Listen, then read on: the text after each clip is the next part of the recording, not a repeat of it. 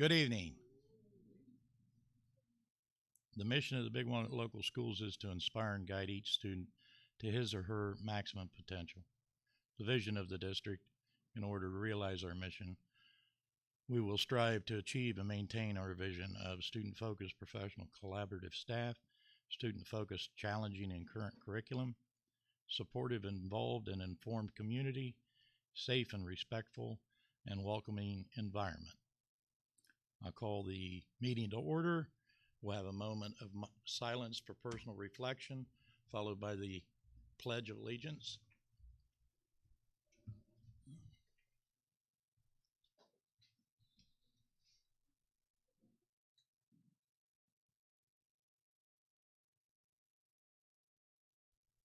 I pledge allegiance to the flag of the United States of America and to the republic for which it stands, one nation, under God, indivisible, with liberty and justice for all.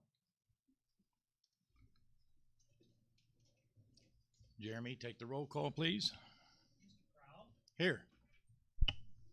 Mrs. Dorsch. Here. Mrs. Graziosi. Here. Mrs. Nix. Here. And Mr. Fuji is not with us tonight, at least not yet. So.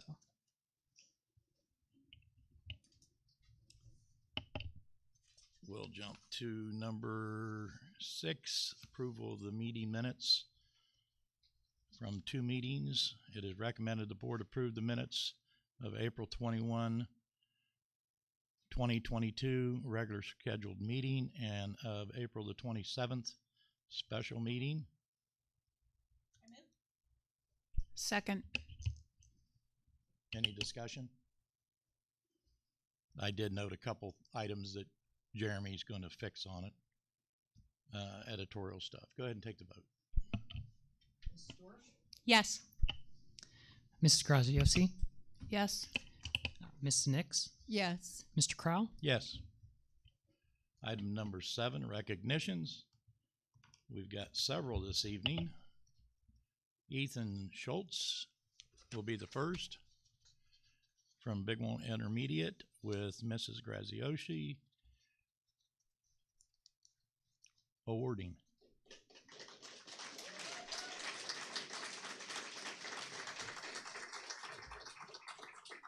Right here.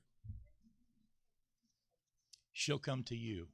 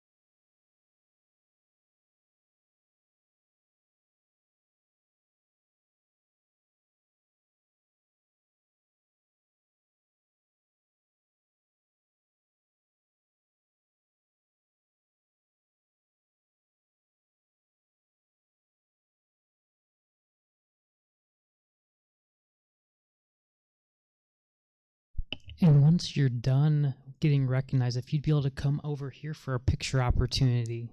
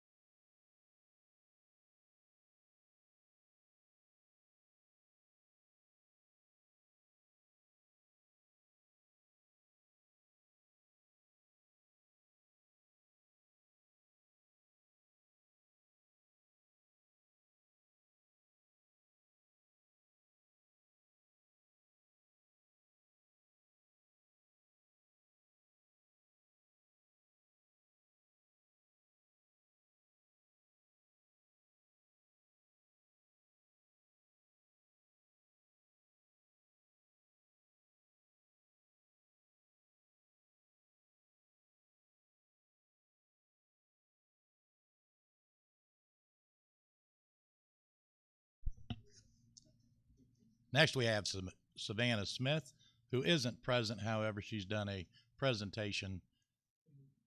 Yeah, so we'll actually have the presentation of her items of that? interest. Yeah, Okay. but we want to recognize her this evening, and certainly we can just note there. First of all, I want to comment Mr. Keep and his hard work with our Lego Club and all the awesome things that he's done with that team and the STEM program and there at BWI, as well as the extra work he does with this robotics team. So thank him for that. But I did want to just note Savannah Smith was not able to be here tonight, but we still want to recognize her. There's actually a certificate. I think Mr. Fuji's signature is the last one to go on that, and we'll make sure that gets to her. But I want to just share a special thank you to this graduating student, and she has been an amazing student board member for us, Savannah Smith. She's represented her student body extremely well in her work with this board. Not only has she taken the time to understand her classmates' perspectives and the various events occurring at the high school, but she has presented this information in such a well-spoken, intelligent manner. She's demonstrated tremendous poise and evidence of careful thought and preparation for each meeting she's attended, and her level of commitment to this board is further confirmed in the fact that she's competing tonight in the first round lacrosse game of a tournament, but she has taken the time to record her comments for the board this evening at the items of interest. And we will share that later on in this meeting. So it does not surprise, I don't think, any of us that have attended these meetings here and heard Savannah speak. So with that, just want to note here that Savannah is an amazing example of what we encourage each of our students to become as they graduate from this district. Our Eagle profile focuses on students becoming adaptable learners, collaborators, communicators, and then beyond that, problem solvers and responsible citizens. I think Savannah has set a high bar to this board and her community of what it means to be a Big Walnut Eagle. I wish her the best in her upcoming years in college as she enrolls, and can't wait to see the mountains that she's going to move in the future. So thank you to Savannah. Again, she's not here tonight, but we'll make sure that we get that certificate over to her. And I would like to thank her as well for being a very mature Eagle, and she did bring quite a bit to this board.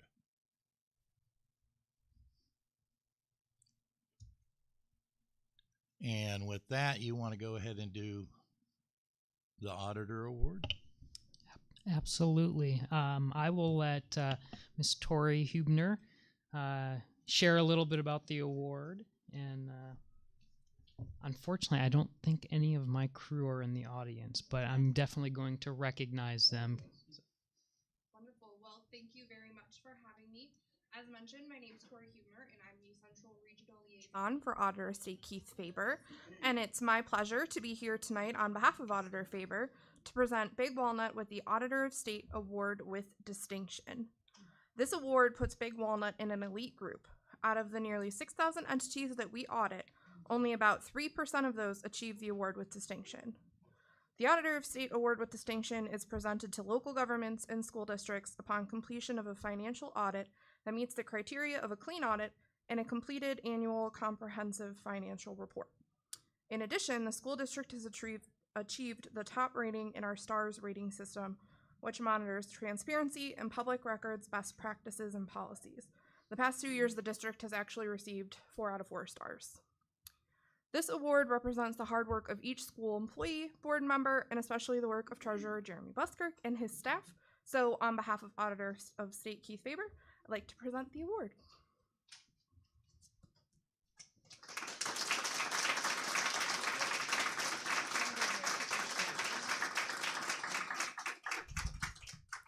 So I would be remiss if I didn't at least say a little bit of comments. If you've looked at the agenda tonight, I guess it's kind of my night because I've got a whole bunch of things. But like I said, unfortunately, my crew's not able to be here tonight. They had other things on this beautiful night, which I can't blame them. But yeah, this is not an award for Jeremy. This is an award for Lynn Starner and Tammy Fry and Stephanie Cooper and Chastity Wrinkle and Lisa Stiles, and it goes beyond that. It goes to each of the people in the building that are watching our finances and when I say, "Hey, we can't do that," they actually listen, and it is more than just Jeremy, and it really is a team effort, and I appreciate that. So I'll take the picture, but it really should be a picture of everybody.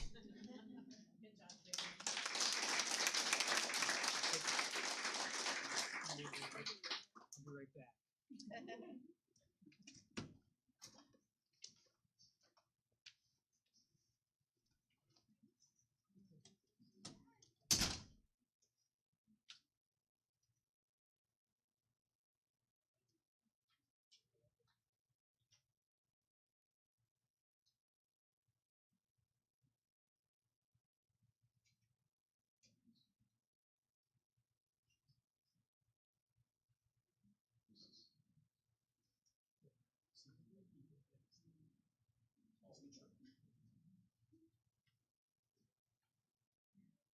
Well, since Steve's not here, Brody Corral.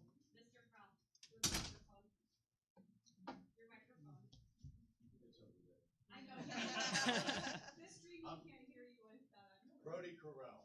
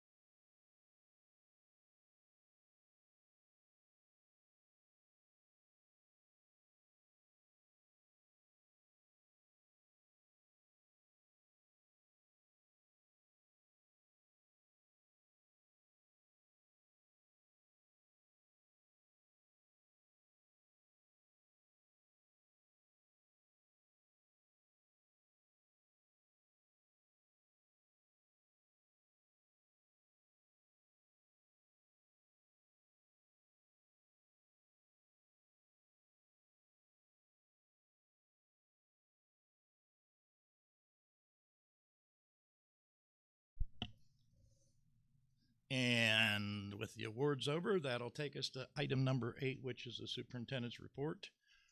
Mark, can you do the pleasures? Yeah, I actually don't have anything on the agenda for this evening, Mr. President, so we can move right to the treasurer, who has a lot of things this evening. That takes us to item number 9. Okay, well, I'll start with a public service announcement of make sure, since we have these new mics, to be turning them on when it's time to speak. That way everybody on the recording can hear.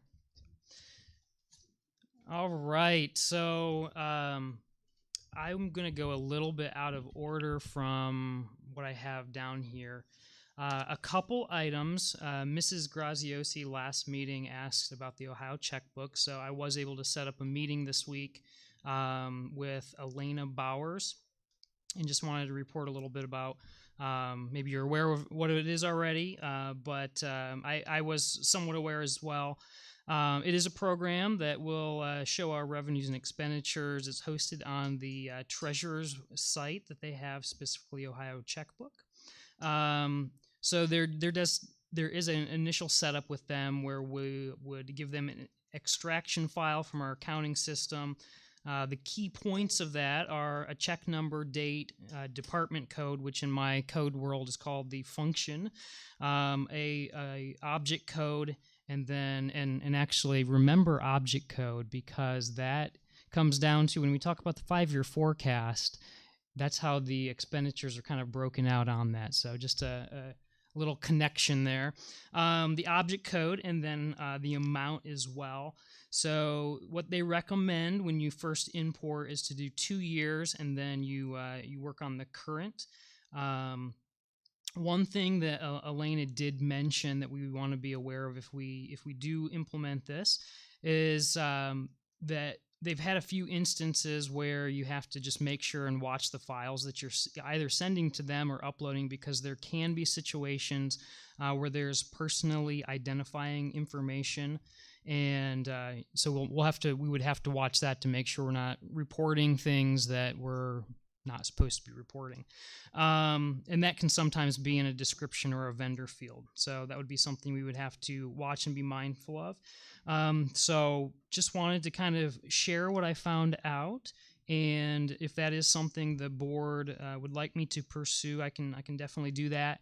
There's just a partnership agreement. They said that that's something that I could sign and get going. It doesn't have to be necessarily board approved, but if you wanted to, I could definitely do that as well. And then as I thought through it, it probably makes the most sense, since we are very close to the end of a fiscal year, that we would maybe look at doing it for next fiscal year. So you can give me additional feedback on that at some point in time if you'd like. Thank you. Yeah, you're welcome. So that was the Ohio checkbook. Mr. Fuji had asked me previously, and I provided a report last time, just to report on our public records requests and what we were getting, how many, so on and so forth.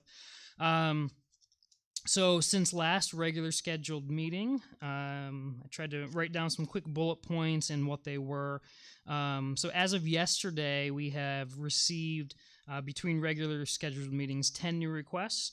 One was for athletic sponsorship contracts, 2 for employment information, 1 for information about our district banking and investing, 1 for district purchasing records, and then 5 was requesting various emails.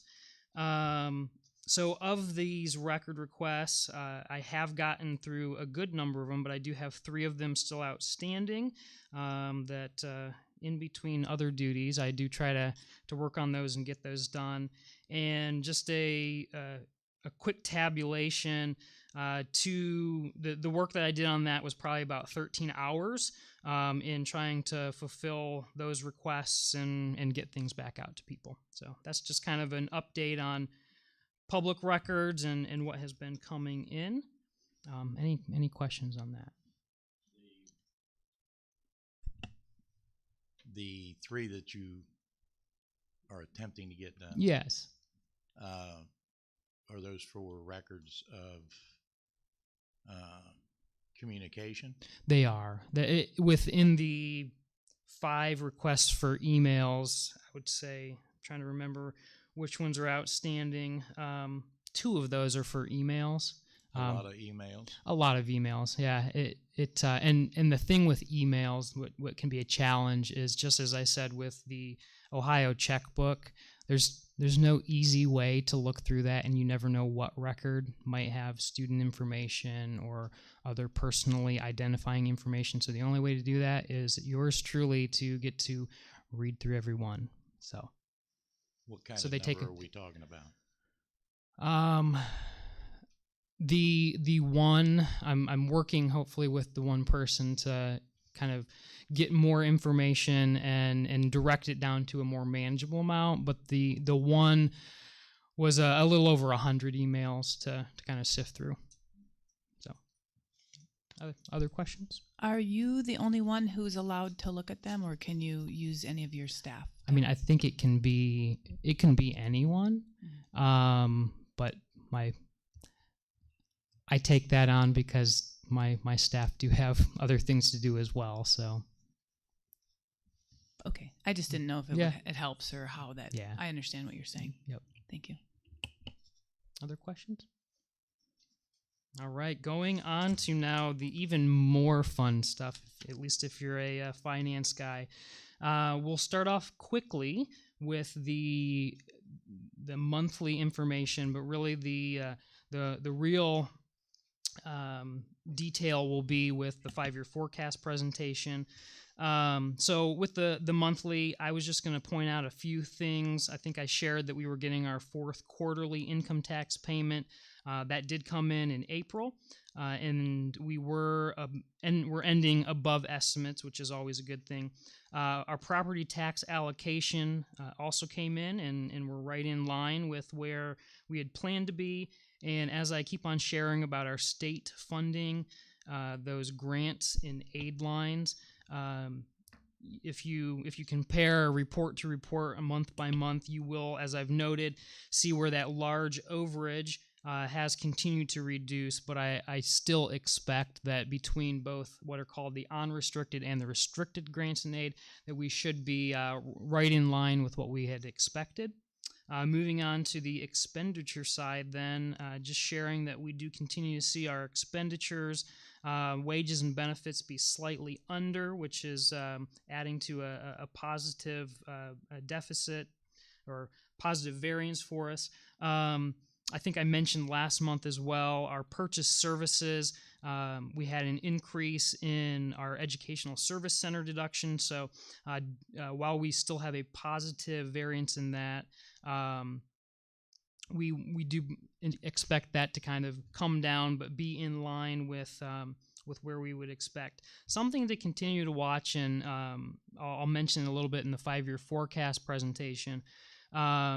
We are seeing at the end of the year here, as we've kind of gone through budget pieces, still under budget, but our supplies, while a much smaller portion of our budget, that's where our fuel is. That's where our maintenance and building repair costs are for parts and supplies. And I think I've shared a couple different examples in the past, but we are starting to see some pretty significant costs with that. As we've been going through some budget meetings as well, starting to see some real increases. I think with our transportation one the other day, just the fuel anticipation is well over an increase of $100,000 compared to this year. In addition, and hopefully it's only that.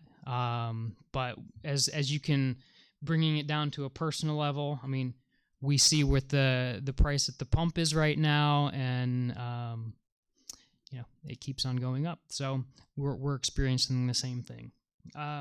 So with that, if you'll give me just a brief pause, and I'll get the computer fired up, and I will get into my last section, and I'll try to keep it brief-ish. How about that? Just 2 quick questions. We've purchased some natural gas operated buses in the fleet. How many what's the flavor between the buses? We've got 30 some buses, right? I believe we're around 40 buses, and we up there now? just a tick. We actually just received, if you recall, passing a resolution in July. We finally just received on Tuesday those 4 buses. So that gives you some idea of supply chain as well that we've been facing. So we added those 4 new ones that are propane, and I would say that we are slightly over half. I'd say maybe in the 20 to 25 range.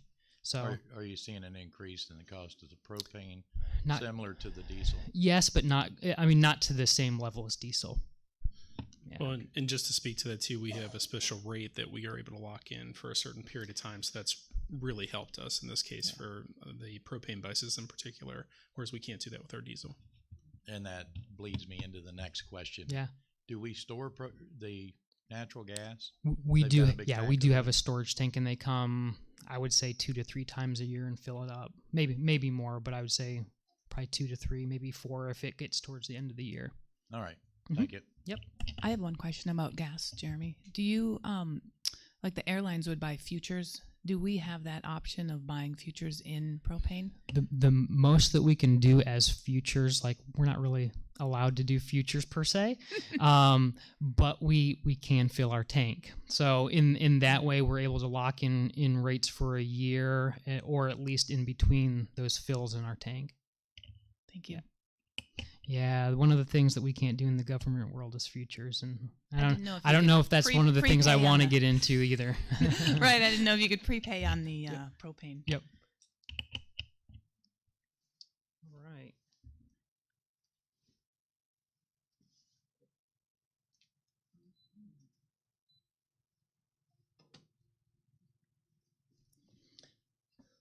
Wrong one.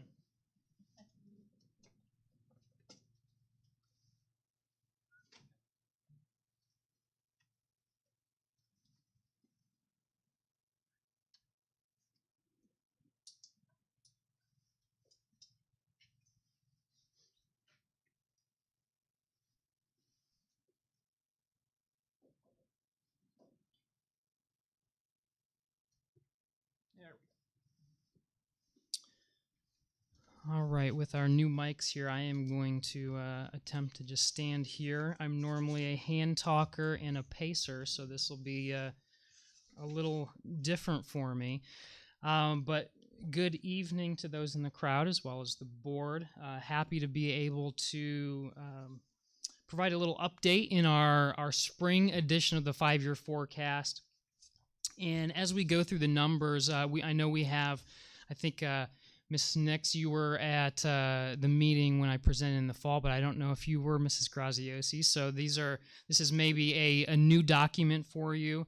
I know Mrs. Graziosi is on our finance committee, so she got to hear a little bit about it. But I wanted to go through as we start out, what is the 5-year forecast? And it is one of those documents it's a planning tool. It is something that is required by the Ohio Revised Code and Administrative Code.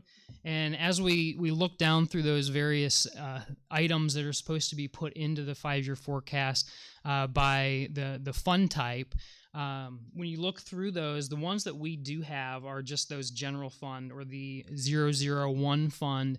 We do break out a couple items by special cost center, as it notes there, and we do include that into our 5-year forecast. Really, the purpose is, as I mentioned, it's a planning tool. It's a tool that we look at, and it helps to have a dialogue about where are we going, what do the finances look like, and try to put together potentially a roadmap for what does our district look like and how do we get there. We talked about a staffing plan that Mr. Cooper presented in February, and that staffing plan is part of what rolls into the numbers that are presented on the face of the 5-year forecast, and then we also try to capture those in what are called the assumptions or the notes to the 5-year forecast. Another item that this document is used for, as it notes, there's the 412 or a certificate for there are certain contracts that we have to show that we have funds for. A prime example of that is a union contract for our salaries for our employees. there are times where whatever that 5-year forecast looks like can dictate the amount of years that you can have for a contract. Fortunately, right now, our finances, through some changes in insurance, some of our revenues have picked up a little bit. We're looking better, and we were able to do a 3-year contract with our teachers in December, and would hope to be able to do that with some of our other unions as well. And then another item for this is the Ohio Department of Education and the auditor's office. They use this document, they monitor it to see how all districts are doing, and then help districts take proactive measures if they're not doing it on their own. So yeah, before we get into the numbers, I'm stealing the first bullet point, but I liked it. The financial forecast is somewhat like a painting of the future based upon a snapshot of today. So remember that what we're doing is we're taking a look at what we know today, kind of speculating and projecting out trends and what we think will occur, but we're working off of information that we know today to try to look out 5 years.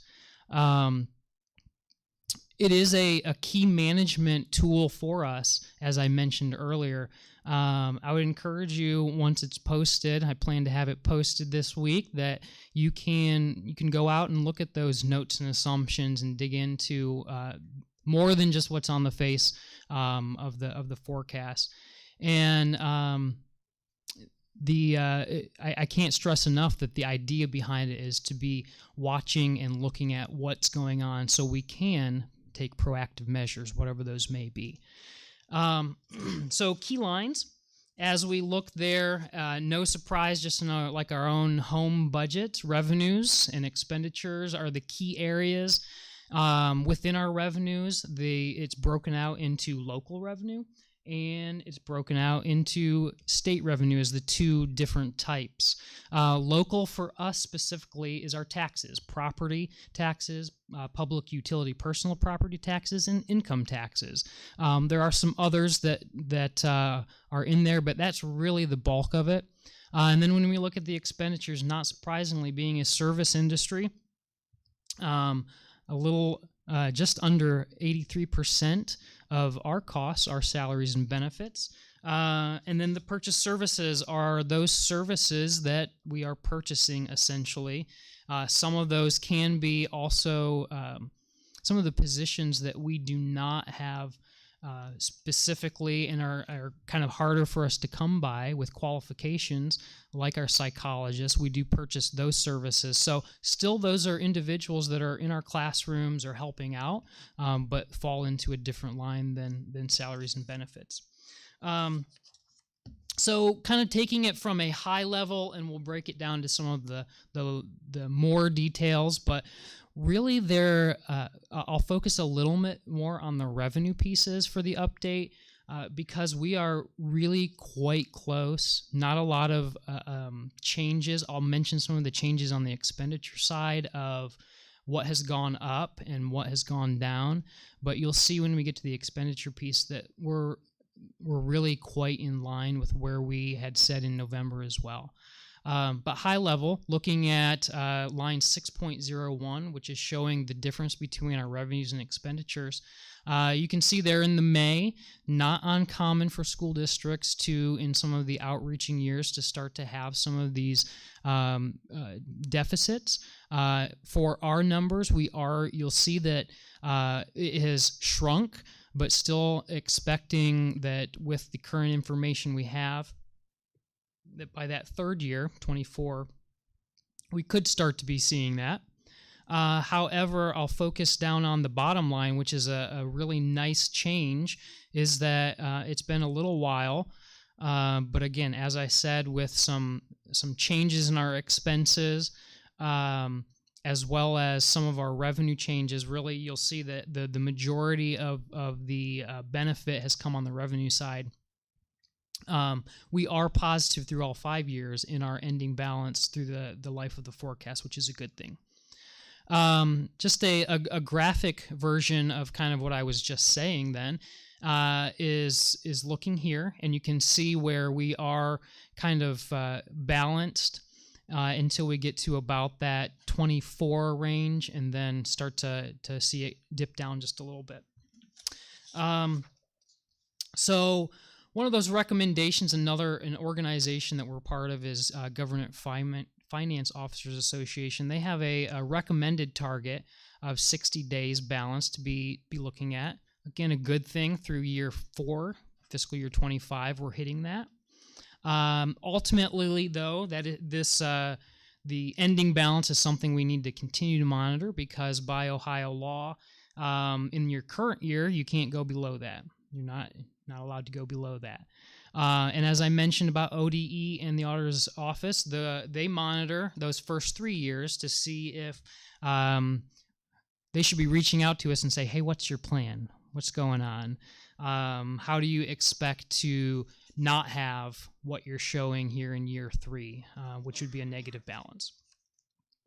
So now jumping into the revenues, as I mentioned in my opening, that the big portions are our real estate taxes, property, the public utility personal property taxes, as I've mentioned in other presentations. A big chunk of that is the AEP substation. However, that has been depreciating over the years, and that gets made up, though, with the development that we're seeing in our neighborhoods. There's a level of infrastructure that's put in as part of those neighborhoods that is also taxable value, and we've been seeing that offset between new development and that infrastructure. So we've continued to see modest growth in that public utility personal property tax. Income tax was a big one this year, and I'll actually wait to comment too much on that until the next slide. But as you can see, that's another large portion. I just want to draw attention to the top left corner there, the 20.67% of our state. That's a good amount. However, you'll notice those other state, and that's our property tax allocations. And something of note I was curious, look back to fiscal year 15, that state amount was 25.39. And as you can see, we're not quite 5% down, but in that time now to 2022, it's about 5% down from what that state differential, that state share. What that says is more of the burden is being put on our local community, and we're not getting that same level as we did before from the state. So just a kind of an interesting thing to note. What is projected in our forecast, and unfortunately I think it's probably going to be true, is we will continue to see that drop lower and lower and lower as we continue, unless something changes. So again, as I said, the big portions of our change really has come in the revenue side. Looking at November versus May, just lumping in those the largest areas, you can see how it changed between November and May for each kind of differing year, and remembering that an increase in the first year then is going to impact those years going out. So we're painting our picture of the future based on the best information we have for today. And really in the another large change in my assumptions for the general and public utility, as I mentioned, when at one point in time reaching out to AEP, they said you should really be planning on 2 to 3% depreciation per year, which reduces the amount of value in that substation, i.e. less money's collected then on that.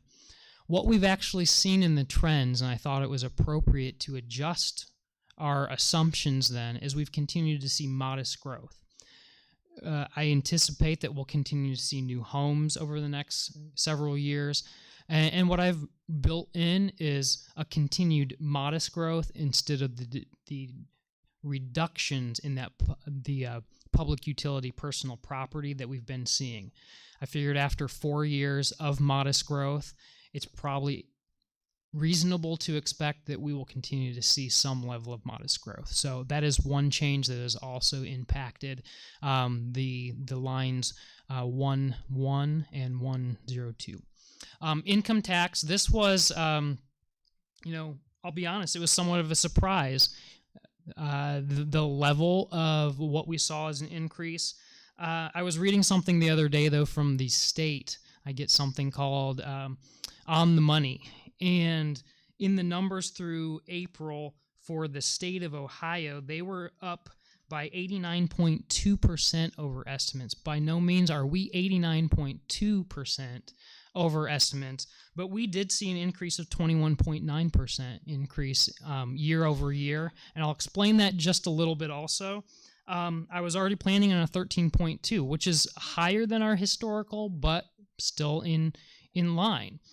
So I was, even with our fourth quarter income tax coming in, I was a little surprised that we ended the year at 21.9, but that's not a bad thing. So that includes both new families coming in and growth. So as we move on to looking at just that split between our local and our state, as you can see there, not the assumptions in the forecast are showing that really not expecting a whole lot of increase. Any increase that I'm expecting is coming from what we get from casino revenue, which this year is about $250,000. So not a huge amount. Every penny helps, though. And then also those tax allocations. So the school funding, I'm not anticipating reductions at this point, but at the same time, not planning on any great increases. Moving on to just one more quick. I know I've mentioned a lot of these points, but wanted to give you just kind of a table to explain the benefit of what we have seen. There have been benefits from the new funding formula. I'd call it more of a net benefit, not necessarily a revenue benefit.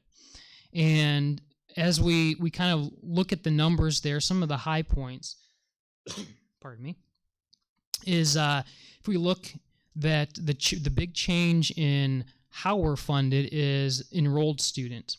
When I was looking through some of the numbers, it's still considered enrolled ADM, but the ADM used to include also resident students that were open enrolled to another district or community schools or STEM schools on some kind of scholarship, such as an autism scholarship or a JP for John Peterson. Thank you. Then, as you can see in some of the table at the top there was a reduction out. We don't see that reduction out any longer. So we do get, though, the open enrolled shown as a student of ours. Now, if we had a higher state share percentage, that might be a great thing. How open enrollment used to work is you would get the state per pupil amount, which was a little over $6,000 underneath the old formula. Now, the open enrolled students are enrolled and showed as our students. They are subject to the state share. So not necessarily a benefit for us on that side of things. So bottom line, though, as we can see in the far difference line total, when we look at the state revenue as well as those ins and outs deductions for the other students, net benefit, we are seeing a net benefit for the total forecast, just not on the revenue side. All right, final on revenue, and then we'll jump into the expenditure side. Just again going over kind of quickly. No surprise that you would expect me to say that I'm expecting to continue to see growth in our property taxes due to both residential and commercial new construction. We will have in 2024 a reappraisal, and I am including a 6% for our residential, which is slightly under what we have been seeing, between a 10 or 11% the last two times. However, in my mind, there are some question marks. rising interest rates, just building costs in general, inflation, some of those economic factors that that we can't necessarily know what's going to occur. We also have had 2 years of sizable increases, like I said, 10 to 11. And again, a 6% is what we had seen previously, and I'm just concerned that with a lot of economic factors, to say that we're going to continue to see that same level, I'd rather stick with a historical trend than what we've been seeing. And then 2% is pretty standard of what we've been seeing for the commercial side. As I noted, changed the assumption on the public utility ever so slightly to show a modest increase. Income tax did definitely make some changes in what the numbers showed between November and May because of that sizable increase we saw. And then some of the other pieces I didn't mention about state funding is we had talked about the student wellness and success dollars. That has been rolled into the forecast. We had provided some positions through that, some nursing and mental health supports. That now is included as a funding piece in our total of what they said that they would provide to us. And then you'll also notice, if you look back through historical numbers, that there is a change in what's called our restricted and our unrestricted, because there were additional restricted amounts that were included underneath this new formula. Looking at the expenditures, as I noted earlier, the big portion of what we do is people, salaries and benefits, tutors, custodial workers, bus drivers. There's a lot of faces behind that 82.69% that care for our kids. My crew that takes care of and make sure the lights stay on and pay the bills and all of those pieces. Lots go into that 82.69%. And then the remainder, then when we look at the rest are, like I had mentioned earlier, the fuel and items like that. And surprisingly, with what we're seeing in increases, we are seeing an increase in the forecast based on additional support, additional staffing expectations, but I've also built in those inflationary numbers. And while we did see, as I've been noting in my monthly reports, we are seeing a slight underage in our salaries and benefits. And that did help as we look out through the rest of the forecast. I would say about half of the benefit that we've seen there is taken up from some of those inflationary pieces, whether it be parts or utilities. We're starting to see some significant rise in our utility rates. And I would say about half of the benefit is being eaten up by some of those as we look out through the overall May update to the forecast. Ultimately, go back to that first slide, those first couple slides though, we are better than we were in November, which is always a good thing. We're always trying to get better. Some other pieces that you'll see in some of the variance there is this doesn't still, pardon me, does still include, some of the assumptions we've been looking at. 24, expecting a new building, as we've been sharing, building in those inflationary factors, and we received some additional ESSER dollars in January that some of the positions that we had been doing just 2 years, able to stretch that through 24, so not adding necessarily new items to what we're using ESSER for, but instead of dropping those after 2 years, expanding it to the third year through 24. And then anticipating those in the general fund after that. So finalizing things, again, just a look at the cash balance. I thinking about that 60 days. We're looking good at that through 25, and then in 26 still positive, which, as I said, we have not seen that in a while, so that is a very positive thing. And wrapping up then, just kind of final thoughts, considerations, and items to think about is, as always, with what is going on, continuing to think about monitoring development, having conversations with our municipalities, and just trying to stay engaged there. I mentioned that staff's a big piece of what we do, the service we provide, and trying to monitor and watch that, so we're providing those aspirational class sizes, but again, realizing that we have to watch our costs as well. So continue to work through our staffing plan, updating it, trying to make sure we're matching needs with dollars, and the direction that our leadership and district as a whole is planning for, and including those as part of our plan, so we can, again, proactively be watching that. State and local economy, I think I've already mentioned many of these pieces, but again, things we definitely need to be thinking about. As I noted, I have included increased inflation compared to, part of that is being included in our current numbers. As we update some of those numbers that I've seen increase from November for, as I noted, just we'll use fuel, we're already capturing some of that inflation, but our historical or future inflation is also, I've increased that compared to what we had historically had. And then I know there have been questions about Intel. Honestly, the impacts, I'm going to say it's probably still too soon to tell. But it would still be wise of us to, when there are those opportunities to learn about it, to think about it, to have those conversations, that we should be staying engaged. Obviously, legislation, including the Fair School Funding Formula, is a piece of legislation. That's only promised through this next budget here, so through 23. So we'll have to watch and see where that goes.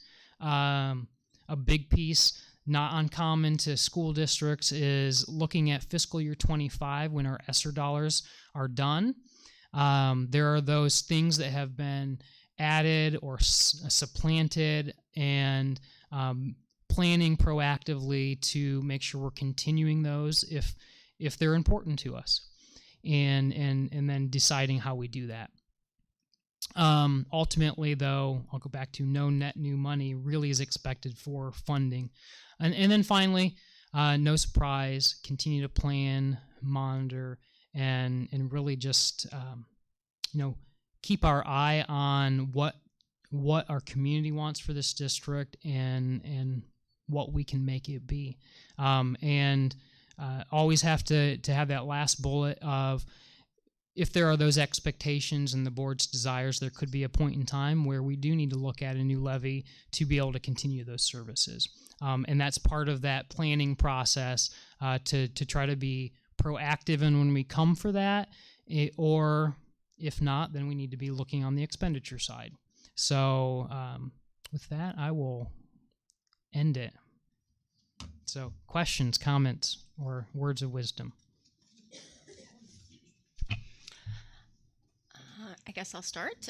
So this 5-year plan includes no additional tax levies, but it does include building and staffing requirements as our enrollment grows per the plan, the staffing plan that we discussed several months ago.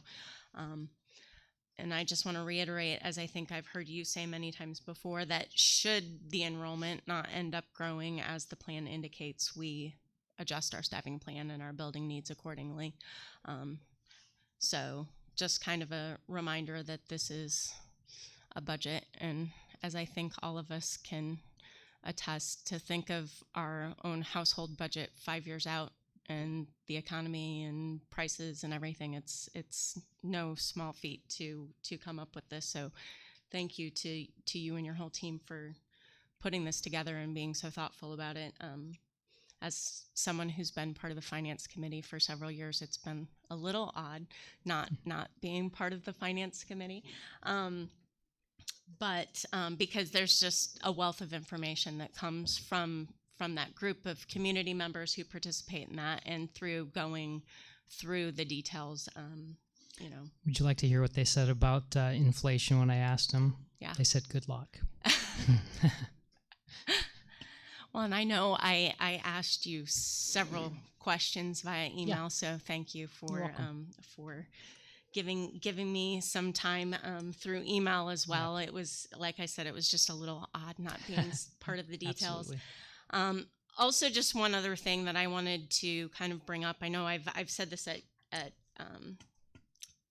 the finance committee meetings before, and I think I've mentioned it at a board meeting in open session. But one thing that I think is clear from looking at your revenue forecast as far as the money we receive from the state is that the funding from the state continues to go down, and part of the reason for that is the state of Ohio has been reducing the effective tax rate for both businesses and individuals over the past several years, and that's something that they want to continue to do as the years go on, as much as they can. So as great as it sounds for us all to have lower state taxes, I think we all realize that our costs haven't gone down. So in fact, they've gone up, which means more of that money needs to come from local sources just to do the same thing, or we need to cut items, which is a struggle, especially when we're growing. So in the grand scheme of things, I just like to think of this, try to find the positive in everything. The positive aspect of this is that it means we have more local control. We raise the funds locally, we use them locally. I just, try to remind our community members to, think of that as our community grows, our district needs increase, and as our share from the state keeps decreasing, because it will end up translating to tax levies on the ballot at some point, just to meet the basic needs of our district. So, but thank you and your team, like I said, for all the time that you put into this. I know it's not an easy task. So. I agree with Sherry, but I want to thank you personally for the details, the explanations, the availability that you make yourself for any questions. And I'm sure when I read through this for the third or fourth time, I will have questions, and you do a great job, and I appreciate you. Thank you. Jeremy, I want to say thank you to you and your staff. As a new board member, you have been open and very welcoming to me and learning a lot. Sherry, we miss you in the morning meetings, but it's a lot to learn. And what you've presented tonight is wonderful. The way you break it down simply for us and the public that are listening to it. So I just want to thank you, and great job, and good luck, like we said. No, just kidding. I'll take my turn. First, congratulations to you, Mr. Treasurer. I was unable to be here earlier, as you were recognized, so I want to certainly acknowledge that. But also a note to the community, as you, I think, pointed out 3 times in the presentation, your intention is to be able to post this on the website should the board approve it tonight. And as a reminder, it will always be available there as the previous one is currently available. So if there's ever a question about that, you're able to see it. Third, this is a question now for you, Mr. Buskirk. Can you underscore what makes this forecast a bit unique? And specifically, I'll ask you to talk a little bit more about that fiscal year 26 data that you have out there that looks a little different than maybe some 5-year forecasts of the past. Yeah, I mean, as I noted there, if you probably look at a lot of school districts in Ohio, you're going to start seeing year 3, year 4, starting to see some of those negatives. It's not uncommon to have it in years 4 and 5, especially. So as I noted, to have, and we too, just in November, had a negative balance there in year 5, so 26. So to be able to see that as a positive was a nice change. Yeah, thank you. And the reason that I asked you to underscore that is really now this. I certainly would not want to read the periodicals that it sounds like you have the pleasure of reading. But you talked about the guidance in some of those periodicals about a 60-day carryover as a recommendation. Mm-hmm. Now, nobody from the state is going to say something about not having a 60-day carryover at the end of year 5. But you mentioned that at the end of year 3, if you're reflecting that, they might ask a couple of questions. Our board policy is 30-day carryover. Is that correct? That's correct. Do you see a need for us to amend that at some point, or is the way that we've been operating under the 30-day guidance on the board policy appropriate in your mind? There's always a balance. There is. There's if we're building that balance, you can be looked at by the state as going, why do you have this money? Right. And then it's kind of a self-fulfilling prophecy, shall we say, then of, well, you've got this balance. Why do you need us to help you out? So there's that piece. The pure conservative guy in me says, which we appreciate. Absolutely, to have a 60-day balance, and know that you've got that. It's a great thing. But again, it comes down to that balance between the nickels you're saving now aren't being used on the students today. And certainly I'm not asking for that guidance based on some sort of recommendation tonight. I just wondered what your thoughts were, especially if some of the periodicals are saying that's best practice, and yet we're at 30 days in our... Yeah, and the I can't remember exactly what it's called. I have it posted to the website, but it's about the forecast. And they say in that document a 30 to 60 day is a target you should be. So I wouldn't say even our 30-day policy is out of line. I just have 2 more points. Sure. One, Mrs. Nix kind of referenced, and I had looked this over. You had prepped us at the agenda review last week, but it has to do with the assumptions. I didn't notice this. The PUP, or the public utility, you mentioned that when you spoke with them, they talked about a depreciation value of about 2% annually. And yet, given the trends of the last 4 years, you're reflecting a little bit of an increase each year. Do you have an idea of what that percentage of increase is? Again, I would have asked that earlier. No, are you saying historical? Yeah. Or so it has been about $1 million is what the increase has been. Which for us, so it's slightly under 1%. I think it's 132 million or I guess that's our assessed value. We're getting about. No, I think it is about 132 million. So it's a little under 1% is what we've been seeing. Thank you. And the reason that I bring that up specifically, Jeremy, is because I remember being here and the thought that this was going to be a huge windfall, and that we could coast on Easy Street without the revenue or the tax burden on our local quite as much. So while it has been a help, it's fascinating that it hasn't been quite the depreciation or the lesser amount annually that we might have heard. Yeah. Finally, thank you. Finally, my biggest commendation to you is around the assumptions. So, how close you were in November to the actual 5-year forecast that we see now today is really quite remarkable, given the volatility of what we've seen out there. So I do want to say thank you to you, thank you to your team, and also to those members of the Finance Committee that served to guide you from the community in their aspects of that. I think is really important to note as well. Thank you. Yep, thank you. Thank you for the presentation. You're welcome. As always, very informative. Very good. Other questions? If not, that is the end of my portion of the presentation. And that'll take us to item 10, selected board policies. First reading of the following board policies.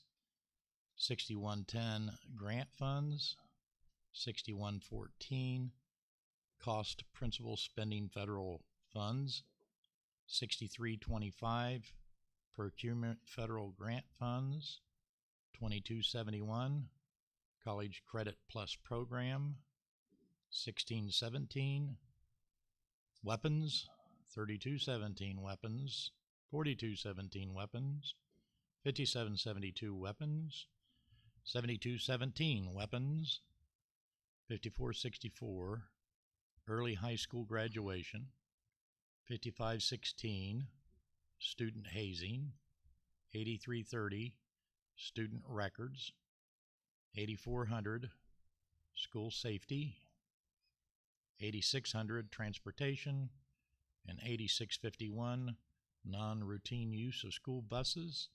And Mark, would you like to speak to any of those? Actually throw it over to Jeremy for those first three with the finances. If you'd like to go ahead and go. If you need some water, I can. No, jump no, on the others. I'm glad he had plenty to read because it did give me a time to take a drink. Okay, good. So, the three that I will talk about are in the 6,000 range. There, 6110 grant funds. Really, there's most of what I'm recommending in these are just the Neola updates of their recommendations. But it does kind of update some of the things that are required and have come about in 6110, looking at updating for language for maintenance of effort and maintenance of equity. Maintenance of effort has been around a long time. It just wasn't part of our policy, something we were doing anyway. So updating based on really practice. Cost principles, this is 6114, cost principles, spending federal funds. There was an update in recommended language for an exclusion, like a specific exclusion. So recommending that, as well as an update to include additional language regarding Davis-Bacon prevailing wage rate. A lot of these fall under federal and things we have to be doing anyway, so this is just kind of putting it in policy. And then procurement for federal grants and funds, looking at updating the language to include about sealed bid, something that we could have had before because of the amount of funds that we generally have gotten. Chose not to have it in there at that point in time, but I think it may make sense to have it in there just as in case there are those opportunities for needing a sealed bid. A lot of times that can be for construction projects or other upkeep projects. Also, again, this is another one that has been in practice and now it's making into policy is purchasing through an educational service center.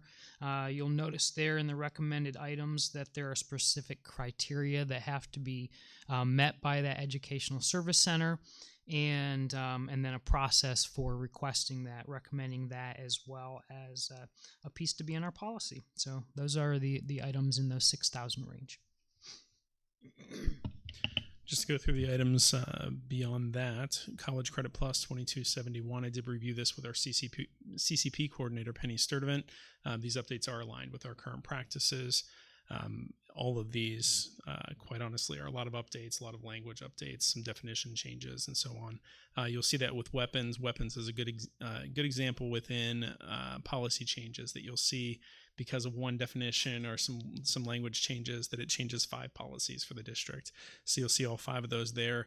That looks at certified staff, classified staff, our students. So each of those areas are impacted by the definitions and language changes.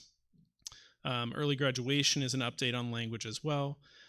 From the hazing end, most of the related legislation on this topic relates to the higher education setting, but there are implications for K-12. And so with that, definitions, some coverage, notification requirements. One notification will go into our student handbooks for next year. As a special note, the handbooks will be in June. I expect to be able to share those with the board next week, so you'll have a full 3 to 4 weeks to review those before a vote in June to adopt those, and certainly would encourage you to ask any questions on those handbooks. But you'll notice the hazing piece will be in the handbooks for next year based off of this policy. With records is mainly a language update there with our student records. With the safety, it's an update on language. It's also conversation around the emergency management tests required by law and that we already do, but student involvement within those emergency management tests. You'll note there that students are permitted to be involved with emergency management tests, And with that, then what we've included in this option is that if students are going off the campus for any type of emergency management test, such as perhaps a reunification drill where we practice if we had to leave the campus or bus students off the campus, where do we reunify them? And so just we don't typically involve students in that, but if students are to leave the campus, the recommendation there to the board is that we do get parent permission for that. And then beyond that, transportation and non-routine use of buses. I'm sorry, just to jump back on the safety piece as well, it does remove the threat assessment teams as an option for the district, as that is now going to be a requirement as of March of 23. The good news is we've had it in place in this district for a few years. So a huge thanks to our mental health supports, to our staff members, our administrators of each of those buildings that are part of those teams, and just being ahead of the game on that standpoint. Lastly, those two on transportation, 8600 and 8651. This an update on language on transportation for non-public schools. It doesn't change our current practice. And then there's updated language on the uses of school buses for school activities and uses of school buses for emergency purposes with other jurisdictions. So if you have questions, or if you want to throw questions to Jeremy, either one of us can take those at this time. This is just a first reading this evening, so no action is to be taken. We will have these again on for a second reading and potential approval next month. Thank you for that. So really your recommendation is look these over, take some time. Sure. I have a couple of questions, for instance, on that. So you have to have, for the emergency management, you actually have to have kids to do the fire drill? You're not required to, but yes, that is something that you can have students involved in the emergency management I was test. being a bit facetious, Mr. Cooper. Sorry. I really those you have the typical drills, and then you have drills that can count towards the emergency management test. Yeah. So ask those questions in between now and next time, and you would anticipate larger discussion potentially next time. Thank you. Yeah. And most of the policy changes on the weapons, that's a result of the Madison case. I think the majority of those, there's some definition changes. So, for example, including incendiary devices, explosive, other objects defined as dangerous ordinances under state law. So they've added to the language to ensure that they capture kind of everything as state laws change, and as those definitions change. There are also certain requirements, such as you'll note there the addition of the word immediately. If a staff member or any other a student who violates the policy, that they are immediately referred to the officials, law enforcement. Previously, it just said that they shall be referred. It just didn't have a period of time established. Cleaning up the language. Exactly.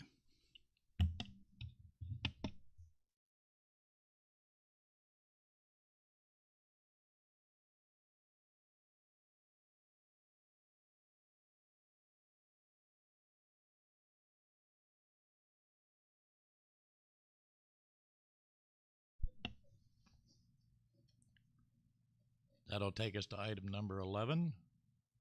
Board members' items of interest. We'll go right to left. Angela, do you have anything?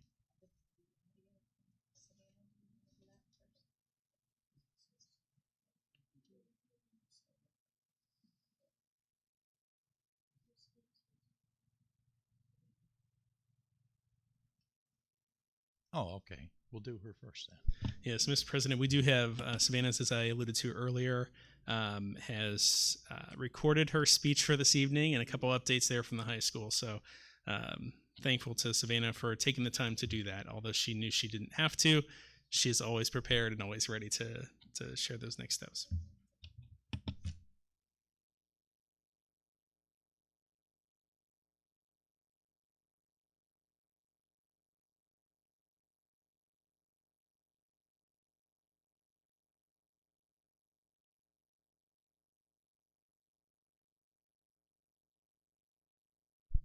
I think it'll just take a moment as they get that reconnected, unless you want to see the 5-year forecast again.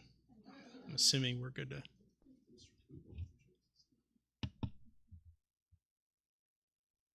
Good evening. Unfortunately, due to the scheduling of our first tournament game for lacrosse, I am unable to attend in person this evening. Tonight will be my last meeting of the school year, though, so I wanted to make sure I was still able to speak with you all. Thank you to Mr. Cooper for allowing me to record this speech. I only have a couple of updates to share as we approach summer vacation. Graduation is in 2 days, and our seniors are eagerly awaiting this important milestone. Our underclassmen will take finals the following week. I wish all staff and students a healthy, fun, and relaxing summer. Now, with the remainder of my time, I would like to share a reflection of my role on this board during the 2021-2022 school year. First, thank you former board members Brad Schneider and Leanna Lee for supporting and encouraging me when I first took on this position. Mr. Schneider, I admire your leadership skills, and I thank you for being so helpful to me during those first few meetings. Mrs. Lee, thank you for sitting down with me to have coffee last summer and teaching me the routine of a board meeting. Your guidance enabled me to be successful in this role. I would also like to thank Mr. Cooper and Mr. Buskirk for the kindness they have shown me over the course of the year. It truly meant the world to me to have such caring individuals sitting by my side every month. Above all, I would like to thank Mrs. Hamburg. You are truly an inspiration to me, and I admire your poise throughout this volatile year. You led our district with such grace, composure, and consideration, even in the most trying of times. Mrs. Hamburg, thank you for connecting with me and caring about what our students have to say. You are truly an incredible woman. My deepest condolences to you and your family for your loss. Finally, thank you to the current board for continuing to offer the position of student representative.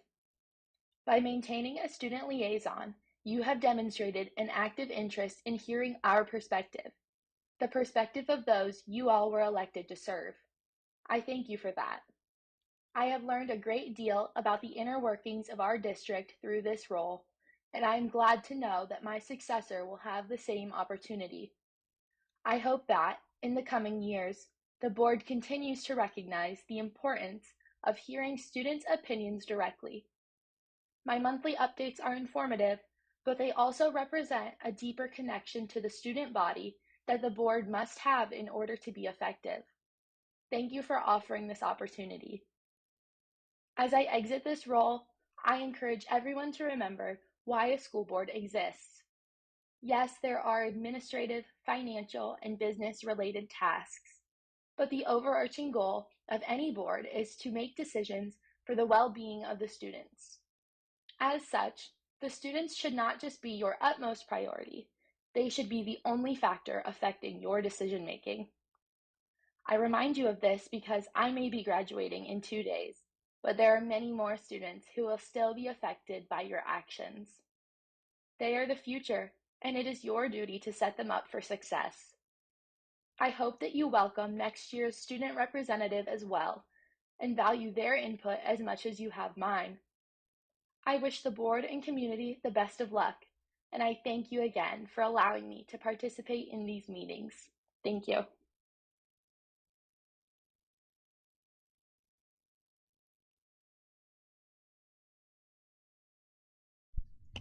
Wow. Amazing. I don't know if we could say it any better than Samantha did, that we as a board, Savannah, excuse me, that we as a board, as we go forward to look for the search of our new superintendent, that we do remember that it's for the children, it's for academic excellence, and that if we all can keep that in mind and look forward to that, it is our biggest decision that we'll be making that will have an impact on our community and all those around, and especially, most importantly, our children.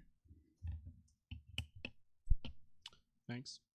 So a few notes from me this evening as well. It's on. It's green. It's green. Is it on? Okay. First, my apologies to this board and our community. I was tardy this evening. It was my son's athletic banquet, and let me just say, proud dad moment. He was named first team all OCC. So I'm glad actually that I missed it, but I do want to at least acknowledge and apologize to my colleagues for that. Second, I missed the chance earlier to speak about Savannah's. We'll take a brief moment to do so now. First of all, I majored in political science in college, and I understand that Ms. Smith is doing the same. And certainly based on her presentation, not only this evening, but all throughout the year, we can certainly see as to why.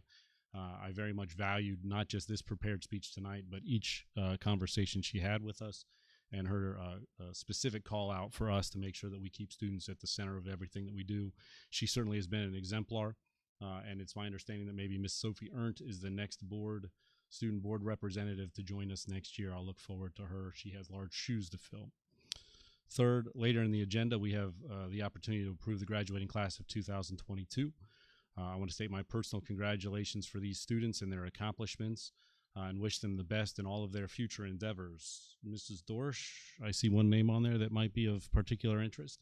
So I'm certain that you're busy with hosting and planning graduation parties, and congratulations to you and your family as well. Fourth, since we last met at the last board meeting, it was Staff Member or Educator Appreciation Week, and I failed to acknowledge that at my last conversation, so I wanted to make sure that I took a moment and did so now. I think it's really important. I saw a lot of nice things in this community done for our educators. I saw them supported. I saw lots of nice baskets and muffins and things like that presented. And I think that goes a long way in the unique circumstances that we've been experiencing. And I certainly hope that our educators hear from me my appreciation as well.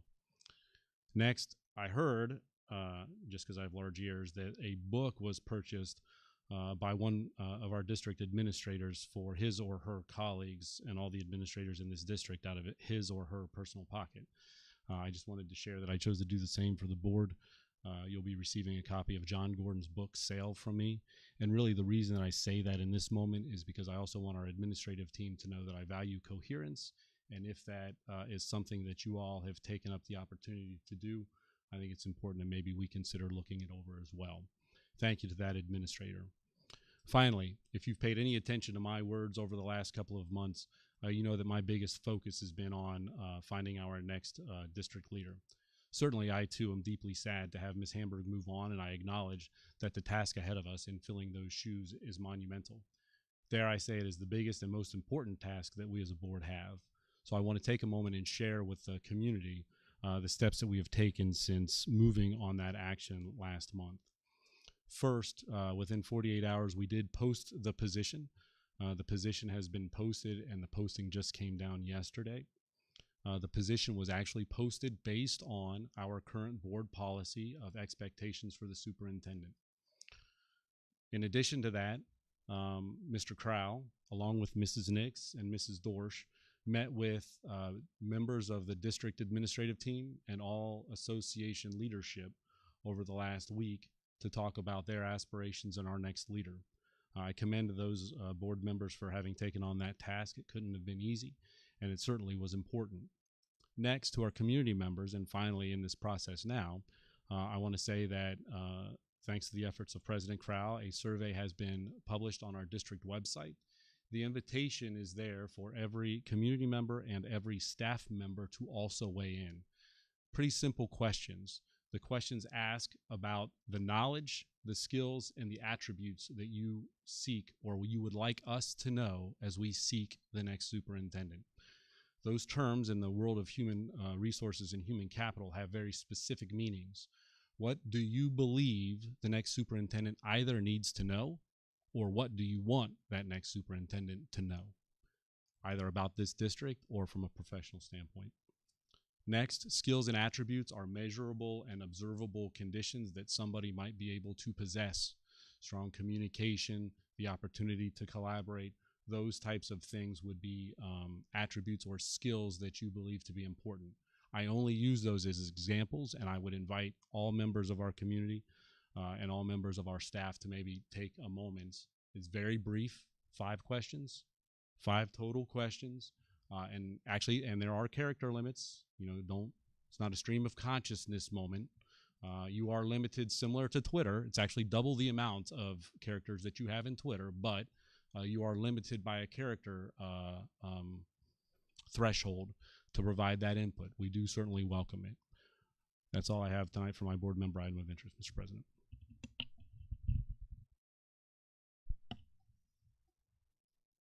only thing I had, and you took it. Sherry. So I just wanted to say congratulations to Savannah as she graduates, and thanks to her for all the time that she has taken this year to prepare for and to attend meetings. I think she's exhibited just tremendous poise and confidence, and she's done a great job of representing the students of our high school and sharing their activities with the board. I have absolutely no doubt that Savannah will go on to do amazing things.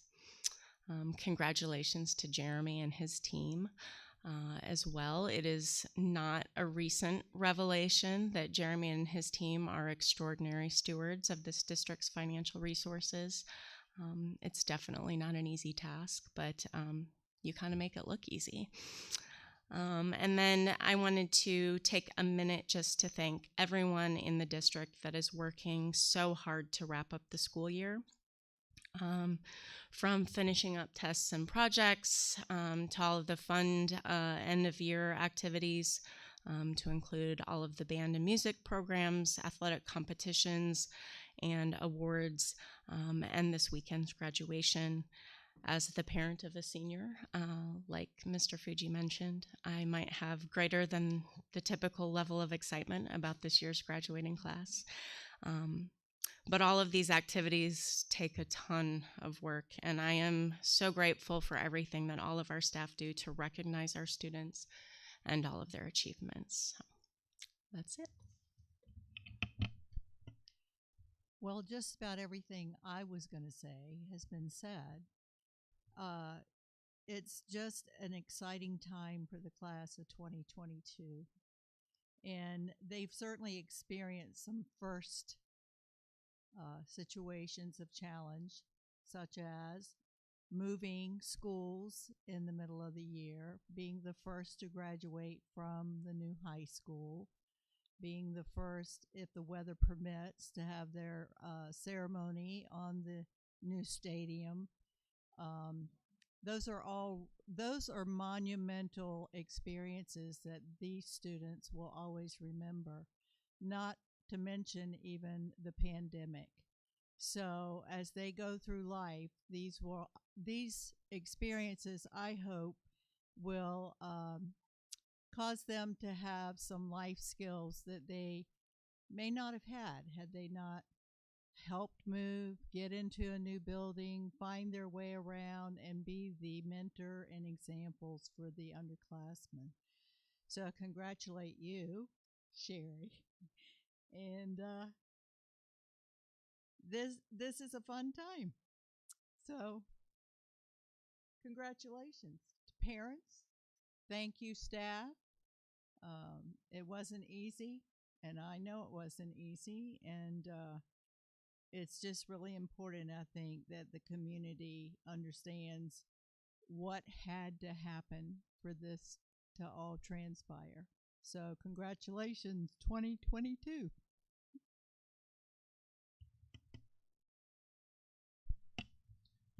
And that'll take us to item 12, public participation. This is a meeting of the Board of Education in public for the purpose of conducting the school district's business and is not considered a public community meeting. This is a time for the public participation during the meeting as indicated in the agenda. Please reference criteria for public participation, which is attached to the agenda. Jeremy, do we have any speakers? We do. We have 4. And as I think we started last meeting with this, we have our 3-minute timer. I will start that once the individual gets up to the podium, and it will you'll get a silent warning, and then at 3 minutes you'll get a kind of a sound. So so the first person is Sheila Reckner, and she has a thank you for well, she just says a thank you. Oh, we have 3. Down to 3. Okay. We have Ashley Ryder, and she's mentioning finishing her speech from February.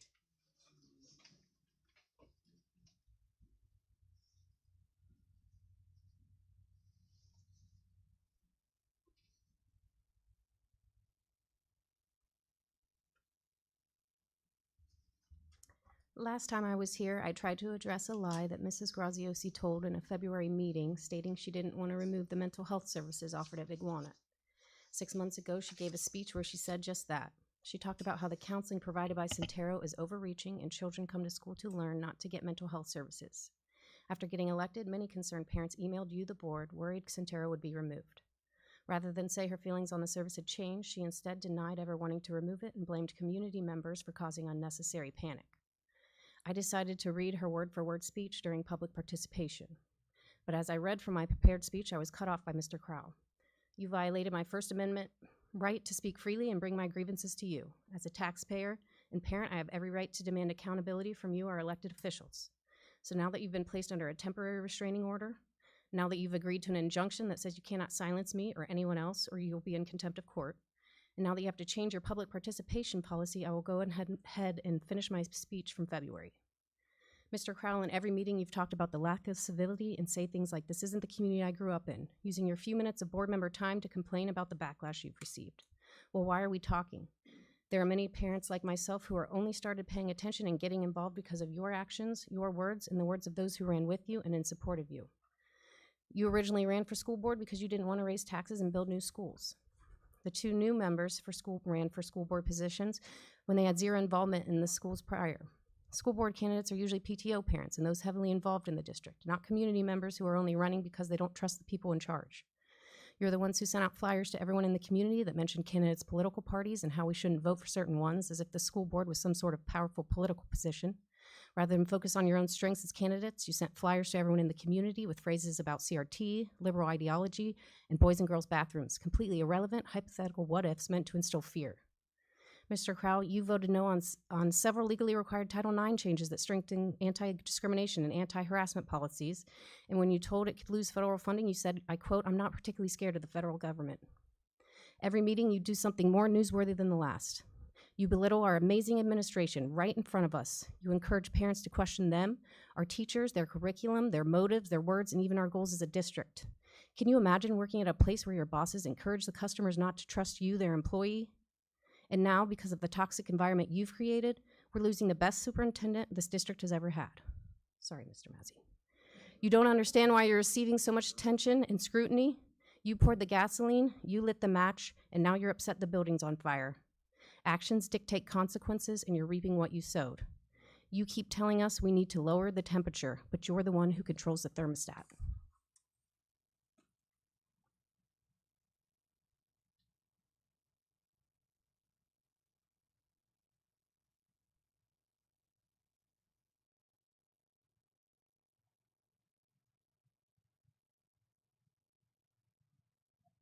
Next is Annette McMurray, and she says partnering with parents.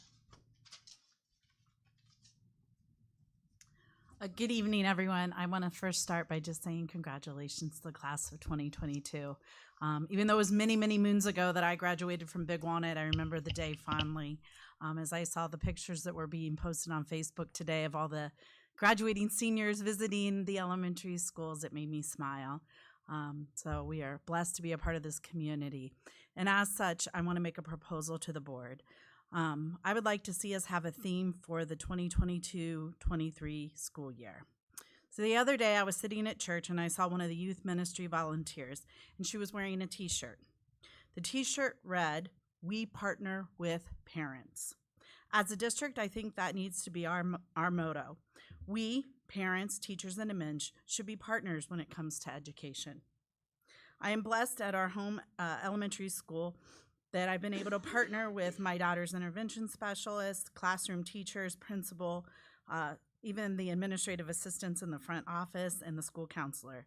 They are an amazing bunch. Shout out to Big Walnut Elementary. My son, he's in middle school. I partnered with his teachers, principal, and vice assistant principal, but it's less than my daughter's because he's older and he can navigate it a lot easier. But that's not the case for everybody.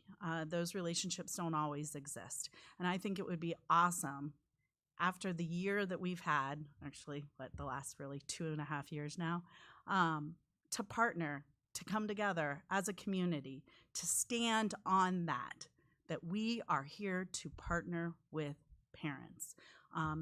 the divisiveness, as the person who spoke before me stated, and her actions. It needs to stop. It needs to stop now. We all have one goal, and that goal is to educate our children and to make sure that we are taking care of them. So again, my proposal for the board is that for 2022-23 school year, we come together and we partner with parents. Thank you.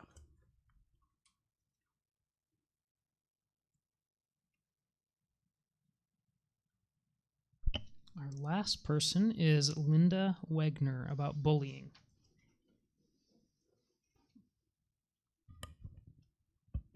Hi.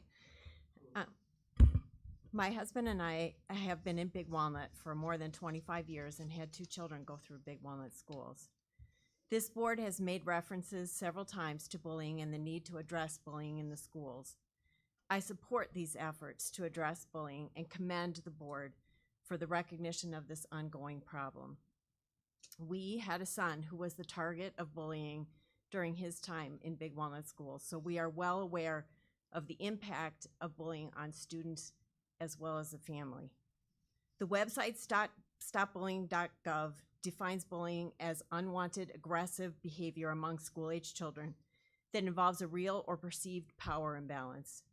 Bullying can take many forms: verbal, social, or physical.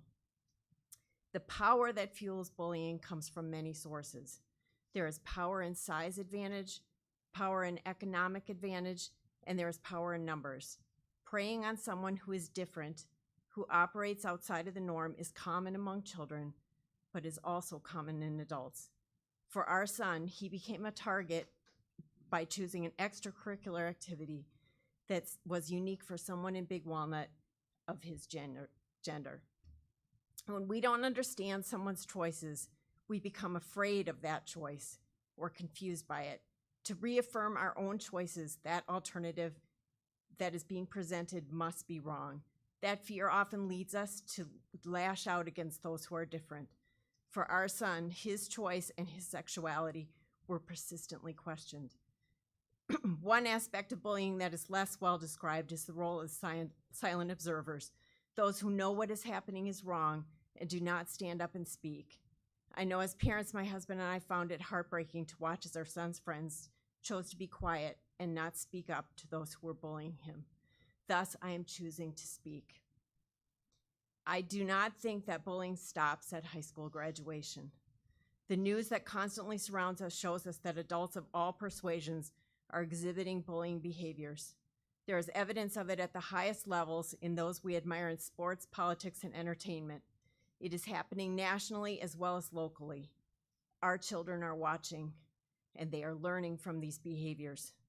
Each and every one of us has to consider whether the words we use and our actions would be tolerated if we were observing it in a student population. If we as adults cannot appreciate that differences among us makes our community stronger, I don't have much hope for any anti-bullying initiatives because children are learning from us.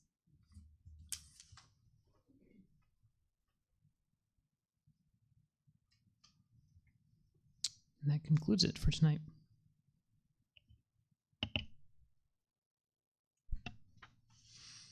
That takes us to item 13, business items.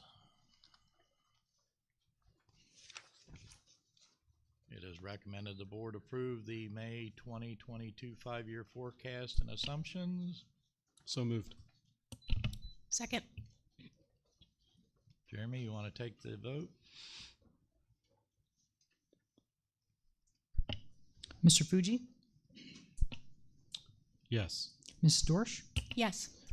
Mr. Crowell, Yes. Ms. Graziosi, Yes. Ms. Nix, Yes. Takes us to 13.2. It is recommended the board approve the 2023 tax budget for the community library. So moved. Second. Chauncey, did you have something you wanted to say? Well, I just thought I'd give you an overview of the budget. I appreciate the information that Jeremy shared tonight because it's very similar to what we see at the library. And, you know, the past several years, we've not only state but local funding has been up. But as we look to the future and not knowing what's there, about 40% of our funding comes from the public library fund. That's through the state, and that's probably the piece of our funding that's most concerning because the state votes on that every 2 years. So we are very cautious when we look at that and where that will be in the future. Thankfully, the local funding is picking that up. So back in 2009, when we passed our levy for operating, it was split pretty even between state and local. And now it's shifted to almost 60% that's local. So that's what's really helping the library thrive right now, and I'm very thankful for that. So the budget that we're proposing for next year is a very conservative budget. It provides for growth in programs and services and keeping up with the increased costs of contracted services and whatnot. But otherwise, it's a pretty flat budget compared to this year. So I don't know if you've had a chance to look over it. If you have any questions, that's all I have. Anybody have any questions for Chauncey? My only comment, Mr. Montgomery, is I continue to believe that you and your staff do a phenomenal job. I appreciate the resources, given the tightness of your budget, that you bring to this community. Some just to name the MiFi opportunities that I don't know everybody recognizes. I'm sure that's one of the hot, popular items. Also, I think the services that you provide, I saw some tax work that could be done here within the last month or two provided. I also saw some meeting spaces that were utilized. So just want to say thank you to you for the services you provide to this community. And as summer approaches, man, it's a great place to hang out and read. Yeah, next Thursday, summer reading program starts. All ages, get signed up. Yeah. All ages, all like ages. I could show up and... You can show up. Do I get like can I mark down my books? You can. Okay. And you can get prizes. Yeah. I can? Yeah. What kind of prizes, Mr. Montgomery? I don't know. Good prizes. I know there's gift certificates at different places around town and whatnot. So, but I just don't know what specifically Again, those thank are. you for the job you guys do. Thanks. Truly. Yes, thank you. Thanks. Thank you, Chauncey. All right, Mr. Fuji, Mrs. Dorsch, Yes. Mr. Crowell, Yes. Mrs. Graziosi, Yes. Mrs. Nix. Yes. Takes us to 13.3. It's recommended the board approves the 21-22 graduating students. Am I going to read all the names? No. Ms. Dorsch, I assume you might want to make the first motion. So moved. Second. Comments? I just want to take a moment to congratulate our upcoming graduates who are listed on tonight's agenda. This is an exciting moment in their lives, and we are looking forward to all that this amazing class is going to do in their years ahead, whether they're enlisting in the military, enrolling in a post-secondary learning option, or being employed directly into our workforce. I'm confident that our staff has prepared these graduating students for their present and their future. I want to thank Mr. Jados, the building administration, Mrs. McDonough especially, for all of her work that she's doing and preparing for, and their work preparing for this graduation ceremony. I know Mr. Jados is very anxiously watching the weather report. It is certainly about a 50-50 chance right now for rain, so it depends on that timing, but they are also preparing for the inside if necessary. So just an amazing crew there that they've put together to ensure that our students are ready to graduate on Saturday. I've had a photo in my office for 7 years. That photo is a picture of the 2022 graduating class that were fourth graders when I left BWE. And that photo has sat in my office for that many years. And a parent of a student graduating recently wrote me an email about that. And just a special class. So with that, just excited to see them and be able to see them get their diplomas on Saturday. Mr. Cooper, if you count from Abdel Salam to Zabarski, and I'm glad I'm not reading the names on Saturday, how many are there? I believe there are 292 on this list here. And then can you say a little bit more about graduating classes to come? Yeah, we have only 2 other classes in our K through 12 settings that have anything in the 200s. We actually have a class as high as over 340 at this point. Another note is that as of right now, I should say as of a couple days ago, we had 285 kindergartners enrolled already for next year. 285 that have been enrolled for next year. It is currently the middle of May. We still have 3 months left until the school year starts for next year. So typically we're a lot lower than this on our kindergarten enrollment. I believe we're around the 240, 250 range. So interested to see where that ends up. Thank you. All right, Mrs. Dorsch, Yes. Mr. Fuji, Yes. Mr. Crowell, Yes. Mrs. Graziosi, Yes. Mrs. Nix. Yes. That'll take us to 13.4. It is recommended the board approve the following donations: $377.81 donated to Souders, donated by the Souder Student Council. It's going to the Souder Student Council Fund 200-9614.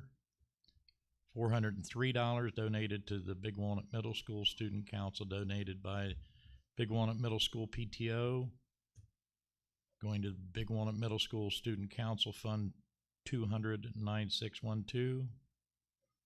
$111,000 donated to Big Walnut Local School District, donated by Sunbury Meadows CDA Permanent Improvement Fund 003-000. $15,233.20 donated to Big Walnut Local School District, donated by the Galena NCA, going to the Permanent Improvement Fund 003-000.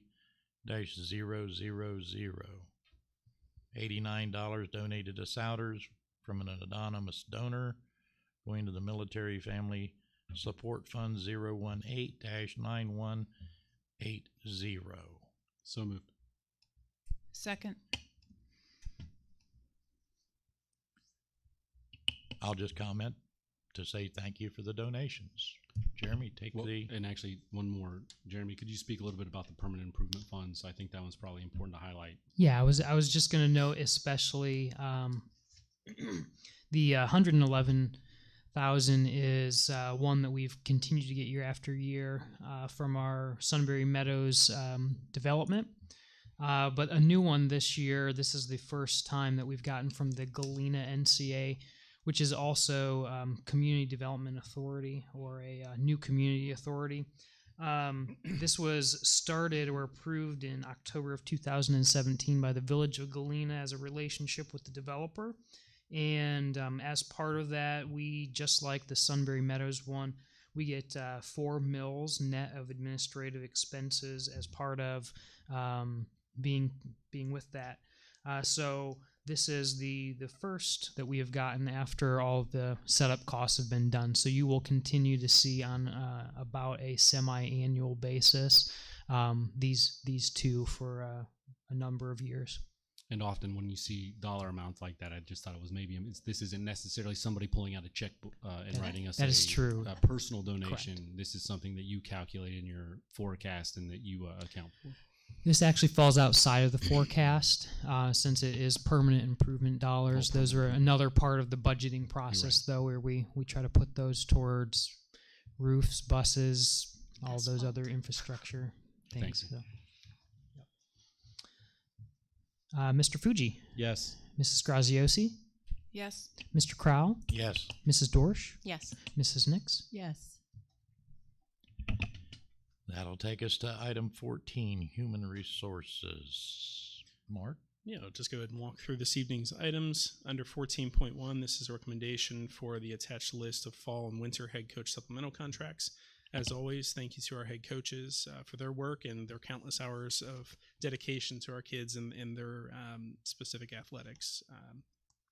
Wanted to highlight here as well that we are anticipating the need for splitting our high school cross-country team to a boys cross-country, girls cross-country, specifically with head coaches for next year. Additionally, we'll be looking for an approval of next year to add a boys volleyball team.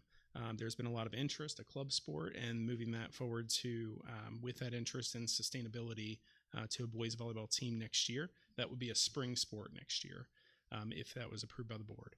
And therefore, one head coach as well for that position that you would approve at a later time. Under 14.2, these are our recommendation of annual mentors and the stipends that go to each of them, as well as our Washington, D.C. trip, overnight stays and chaperone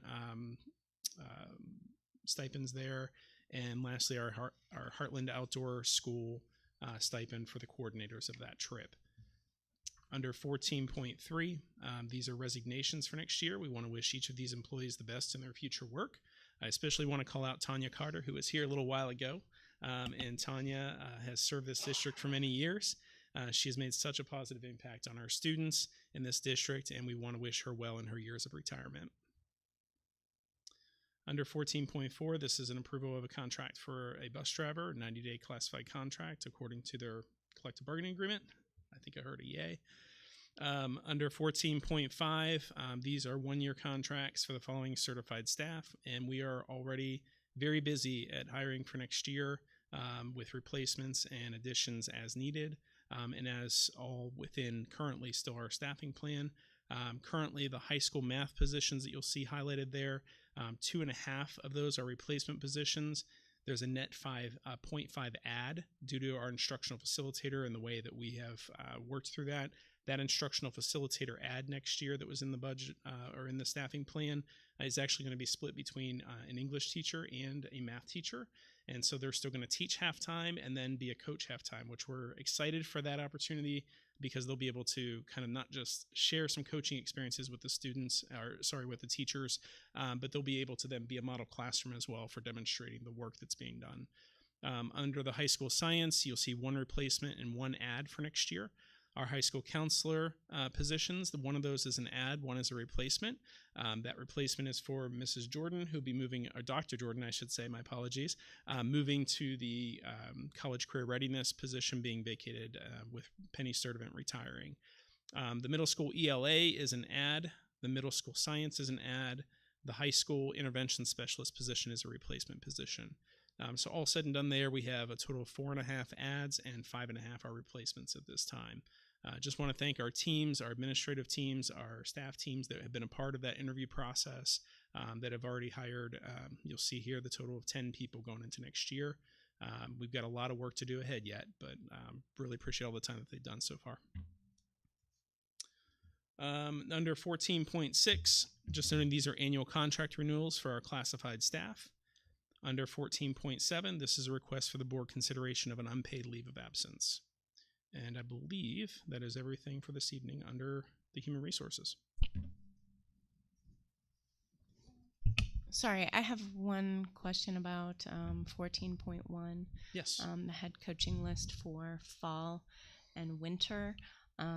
What head coaching positions remain open at this point? I'm thinking there may be a swim coach. I believe swim is still open. You are correct. It's not on this list. And then moving into that cross country, we would expect to add an additional head coach there that will be coming on for later board approval as well. Soccer is on here. That's a recent hire. I believe that is everything. So anyone out there who has swim connections, yes, point them in our direction. Mr. Cooper, I have just a comment in reference to our RESA mentors. I think we're seeing, and it's titled often, the Great Resignation, and there are concerns in terms of human capital and how we think about our employees. One of the greatest benefits that we can provide employees, believe it or not, is actually that of a qualified mentor. So I think that these names that are on here certainly surpass that kind of terminology, and I want to express my deepest appreciation for what they're doing above and beyond. And certainly what we have there as a negotiated amount for the stipend probably doesn't go far enough in terms of acknowledging what those folks do in terms of onboarding, orienting, bringing our teachers into this district in a way that sets them up for success as well as our students. So I did want to at least call that out. Thank you.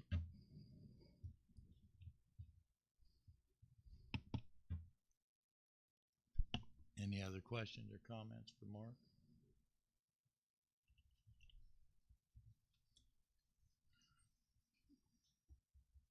It is recommended the Mr. board President, I move consent agenda items 14.1 through 14.6.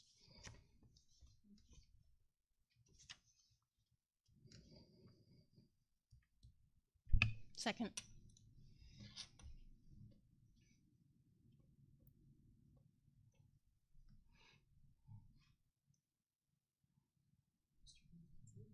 Mr. Fuji, Yes. Mrs. Dorsch, Yes. Mr. Crowell, Yes. Mrs. Graziosi, Yes. Mrs. Nix, Yes.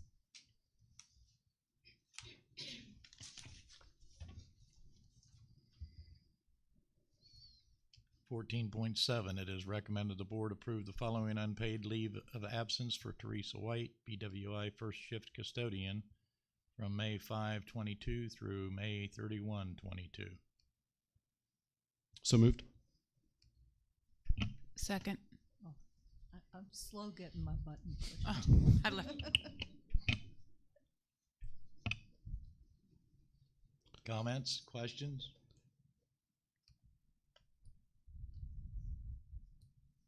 Jeremy? Mr. Fuji, No. Mrs. Graziosi,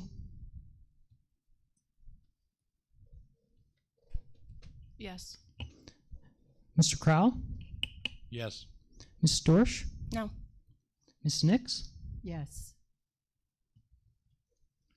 Takes us to item 15, scheduling of the next board meeting. The next regularly scheduled board meeting will be June the 16th, 2022 here. Streaming will be available. Do we want to go ahead and set the special meetings for the 26th and 27th? Oh, for purpose of interview, interviews. it does have to be announced, I'm sure, for public, or because the five of us will be together. Is that accurate? And how do we enter that? By motion? No, I think it can just be an announcement, right? Yeah, I think you can just announce it Okay. because our duty is to post. So, Not to approve. Yeah. So do you want to? So do you want to? Sure. There'll be a special meeting on the 26th, Time to be determined. time to be determined, and on the 27th, time to be determined. The purpose of the meeting will be for interviewing candidates for replacement of the superintendent's position.